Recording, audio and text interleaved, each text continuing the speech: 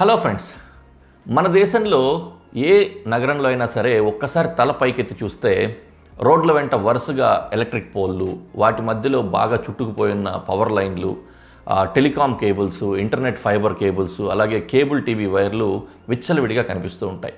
కొన్ని చోట్ల చెట్ల మీదుగా, కొన్ని బిల్డింగ్స్ మధ్యలో మొత్తం స్కైలైన్నే వైర్లతో కప్పేసిన దృశ్యం మనకు కనిపిస్తూ ఉంటుంది. దశాబ్దాలుగా మనం ఇదే చూస్తూ ఉన్నాం. కానీ అమరావతి మాత్రం ఈ ఆలోచననే మార్చేస్తోంది. మన దేశంలో సిటీ ప్లానింగ్కి ఒక కంప్లీట్గా న్యూ బెంచ్ మార్క్ని సెట్ చేస్తోంది ఈ అమరావతి నగరం. అమరావతిలో ఎలక్ట్రికల్ పోల్స్ కనిపించవు, పైకి చూసినప్పుడు వైర్ నెట్వర్క్ కనిపించదు.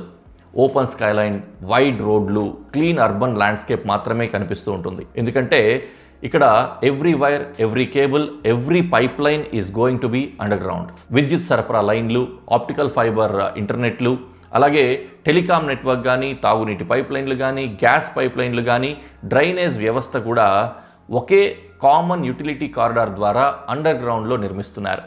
ఇది కేవలం అండర్ గ్రౌండ్ కేబులింగ్ మాత్రమే కాదు, భవిష్యత్తు అవసరాలను దృష్టిలో పెట్టుకుని రూపొందించిన ఒక ఇంటిగ్రేటెడ్ ఇన్ఫ్రాస్ట్రక్చర్ నెట్వర్క్. దీన్ని ఒక్కసారి నిర్మిస్తే తరువాత దశాబ్దాల పాటు సిటీ గ్రోత్ని సపోర్ట్ చేసేలా డిజైన్ చేశారు.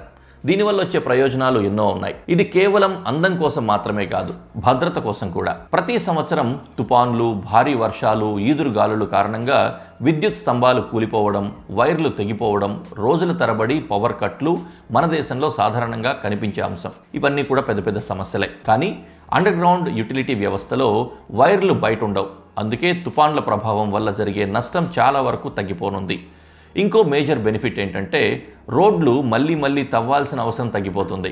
ఈరోజు వాటర్ డిపార్ట్మెంట్, రేపు టెలికాం కంపెనీ, మరునాడు పవర్ యూటిలిటీ, ఇలా ప్రతి డిపార్ట్మెంట్ రోడ్ను మళ్ళీ తవ్వాల్సి వస్తూ ఉంటుంది. ఇది మన సిటీస్లో సాధారణంగా చూస్తూనే ఉన్నాం. కానీ అమరావతిలో కామన్ యూటిలిటీ కారిడార్ వల్ల మెయింటెనెన్స్ కోసం డెడికేటెడ్ యాక్సెస్ ఉంటుంది. రోడ్లు డ్యామేజ్ చేయకుండానే రిపేర్లు చేసుకోవచ్చు. ట్రాఫిక్ డిస్రప్షన్ చాలా వరకు తగ్గిపోతుంది. ఇది ఎన్విరాన్మెంట్కి కూడా ఒక హ్యూజ్ అడ్వాంటేజ్. ఎలక్ట్రిక్ పోల్స్ తగ్గితే చెట్లను నరకాల్సిన అవసరం కూడా తగ్గిపోతుంది. రోడ్ సైడ్ గ్రీనరీకి ఎక్కువ స్పేస్ దొరుకుతుంది. ప్రపంచంలోని చాలా అడ్వాన్స్డ్ సిటీస్ అయిన సింగపూర్, దుబాయ్, అబుదాబి, దోహా లాంటి నగరాలు అండర్ గ్రౌండ్ యూటిలిటీ కారిడార్స్తోనే అభివృద్ధి చెందాయి. ఇప్పుడు ఇండియాలో అదే తరహా గ్లోబల్ స్టాండర్డ్ని తీసుకొస్తుంది అమరావతి నగరం. మీ అభిప్రాయం ఏంటి? ఈ స్టాండర్డ్స్తో అమరావతి ఎంత ఫ్లోరిష్ అవ్వనుంది? మీ అభిప్రాయాన్ని కామెంట్స్లో తెలియజేయండి. ఇలాంటి మరిన్ని అప్డేట్స్ కోసం మా ఛానల్ని సబ్స్క్రైబ్ చేయండి.